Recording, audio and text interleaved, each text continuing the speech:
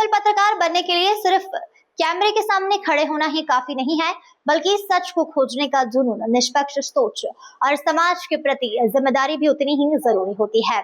इन्हीं मूल्यों को युवा पत्रकारों तक पहुंचाने के लिए इंदौर में वरिष्ठ टीवी पत्रकार सत्ता देव ने अपने 3 दशक के अनुभव साझा किए। इंदौर के प्रीतम लाल दुआ सभागार में state press club Madhya Pradesh द्वारा आयोजित the journey of a journalist कार्यक्रम में देश के वरिष्ठ टीवी पत्रकार एवं एंकर सिकता देव ने मुख्य वक्ता के रूप में शिरकत की। इस दौरान उन्होंने पत्रकारिता की पढ़ाई कर रहे विद्यार्थियों, प्रशिक्षु पत्रकारों और शहर के वरिष्ठ पत्रकारों के साथ संवाद किया।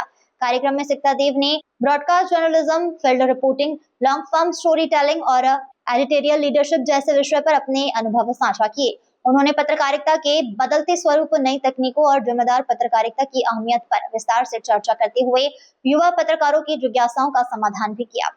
सिकता देव ने अपनी 3 दशक लंबे पत्रकारिता सफर के कई अनुभव साझा किए। उन्होंने कंधार विमान अपहरण, संसद हमला और भारत पाक आगरा शिखर सम्मेलन, अक्षरधाम आतंकी हमला समझौता, एक्सप्रेस विस्फोट, 26/11 मुंबई आतंकी हमला और अयोध्या राम मंदिर प्रांत प्रतिष्ठा जैसे ऐतिहासिक घटनाक्रमों की ग्राउंड रिपोर्टिंग से जुड़े अनुभव का उल्लेख किया है।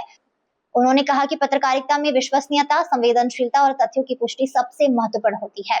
कार्यक्रम में मौजूद विद्यार्थियों ने भी वरिष्ठ पत्रकारों से सवाल पूछे, जिनका उन्होंने विस्तार से जवाब दिया है। पत्रकारिता के क्षेत्र में उत्कृष्ट योगदान के लिए सम्मानित सिकता देव ने युवाओं को लगातार सीखते रहने, निष्पक्षता बनाए रखने और समाज के प्रति अपनी जिम्मेदारी निभाने का संदेश दिया है।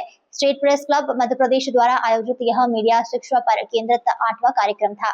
आयोजकों का कहना है कि इस तरह के आयोजन युवा पत्रकारों को अनुभवी मीडिया विशेषज्ञों से सीखने का अवसर प्रदान करते हैं और पत्रकारिता के प्रति नई पीढ़ी को प्रेरित करते हैं।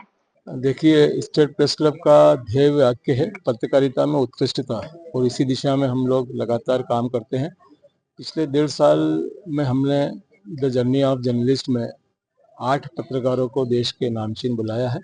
उस सिलसिले में सिकता देव जी आज हमारे बीच में है और बड़ी खुशी की बात है कि टेलीविज़न जर्नलिज्म की जो फर्स्ट बैच थी उससे सिकता जी ताल्लुकात रखती है और 30 सालों का अनुभव उन्होंने आज इंदौर के पत्रकारों के साथ और पत्रकारिता के विद्यार्थियों के साथ शेयर किया। और मुझे लगता है कि उन्होंने जो गुण बातें सिखाई हैं वो पुराने और नए सभी पत्रकारों के करियर में काम आएगी।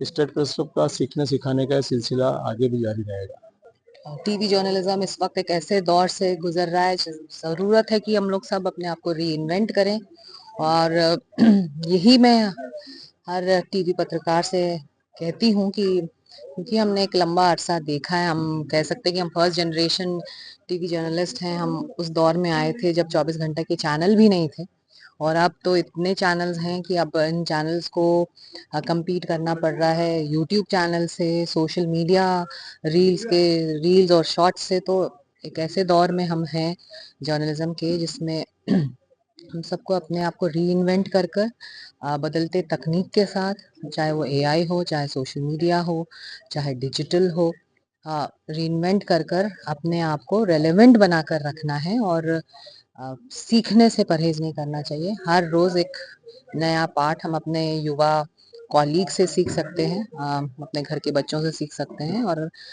इस प्रोफेशन को, इस जर्नलिज्म को आज के दिन भी और अपने आप को भी रेलेवेंट बनाने के लिए तकनीक का सहारा ले सकते हैं। यही मेरी अपील रहती है और यही मेरी बातचीत का एक मुख्य विषय भी रहा आज के दिन। फेमस हुए नहीं हुए, बट हाँ मतलब लोगों का प्यार मिलता रहा और कोशिश हमने यही की कि अपने आप को हर दौर में ढाल के रखें।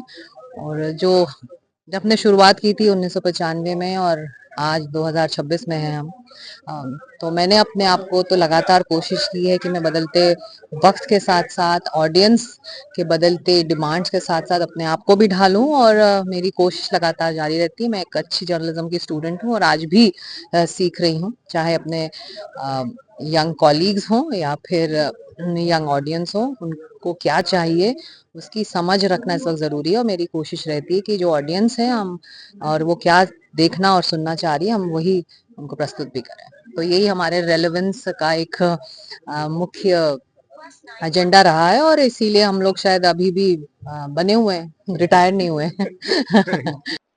इंदौर से नेशन टाइम की रिपोर्ट।